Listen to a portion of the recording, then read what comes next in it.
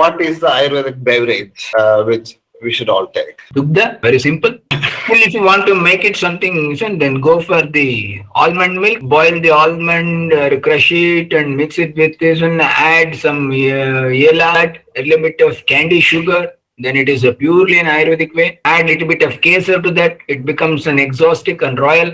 So the moment you said almond milk, there was a huge gasp of relief. Hot water and cold water, best beverages. Hot water is the best vata kapha balancing, and cold water, though not chilled water, is best for and also the reduced waters, what we can tell. So that is one thing. So we can also prefer yushas and also yavagus, peyas. So on a regular basis, if they can prepare and take it, it is good for Agni and good for general health. Once in a day, so if they can take some peya, vilepi, bruels which are prepared. So they're also healthy, they're good for Agni, and they keep your system in balance and the stomach and intestines in balance. And your stomach will be ready to digest certain things, otherwise you cannot digest.